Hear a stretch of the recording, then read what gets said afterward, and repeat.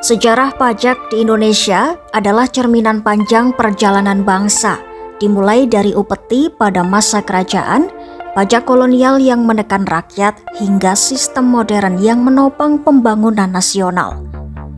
Dalam setiap masa, pajak bukan sekadar pungutan, tetapi juga penanda hubungan antara penguasa dan rakyat, sekaligus refleksi perubahan sosial, politik, dan ekonomi.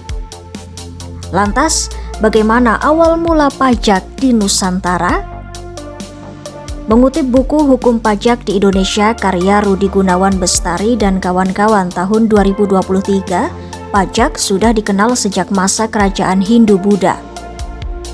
Saat itu, pajak disebut upeti, yaitu persembahan rakyat kepada raja sebagai simbol penghormatan dan kesetiaan. Upeti umumnya berupa hasil bumi seperti padi, kelapa, hasil ternak, logam mulia, atau kain.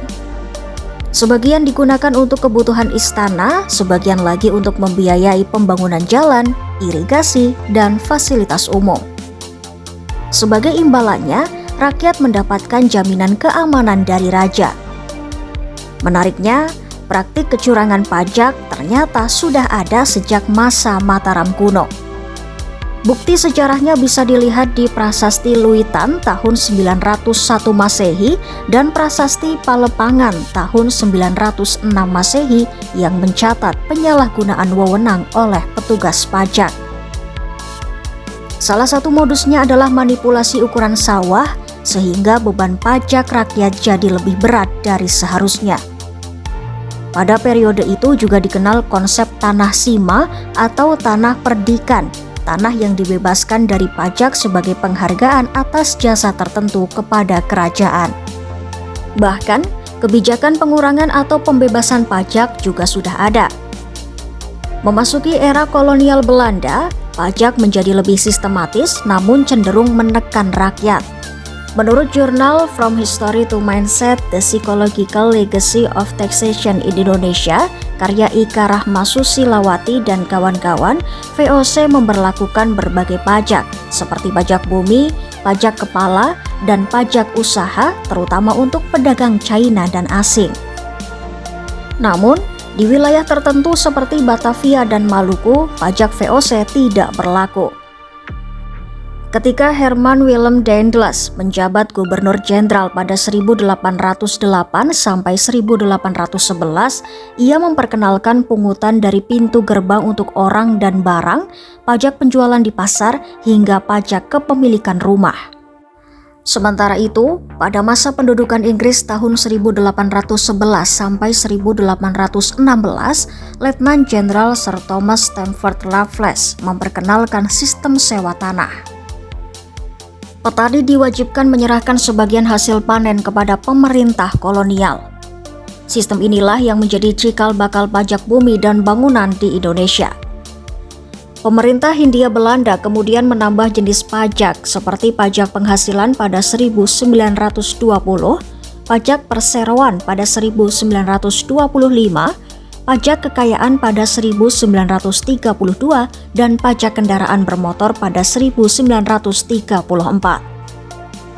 Untuk pajak hasil bumi seperti teh, kelapa, dan tembakau dikenakan tarif 7,5%. Saat Jepang menduduki Indonesia, pajak tanah diubah namanya menjadi pajak bumi. Fokusnya diarahkan pada hasil yang diperoleh dari tanah, namun rakyat tetap terbebani karena juga harus membayar pajak penghasilan. Lantas bagaimana dengan pajak setelah kemerdekaan? Buku pengantar Hukum Pajak Indonesia tahun 2025 karya Harley Clifford dan kawan-kawan menjelaskan, menjelang kemerdekaan, para pendiri bangsa sadar bahwa tanpa pajak, negara tidak akan mampu membiayai dirinya. Dalam sidang BPUPKI, istilah pajak dimasukkan ke dalam rancangan undang-undang yang akhirnya tercantum di pasal 23 Undang-Undang Dasar 1945. Tanggal 14 Juli 1945, pajak resmi masuk dalam konstitusi dan kini diperingati sebagai Hari Lahir Pajak.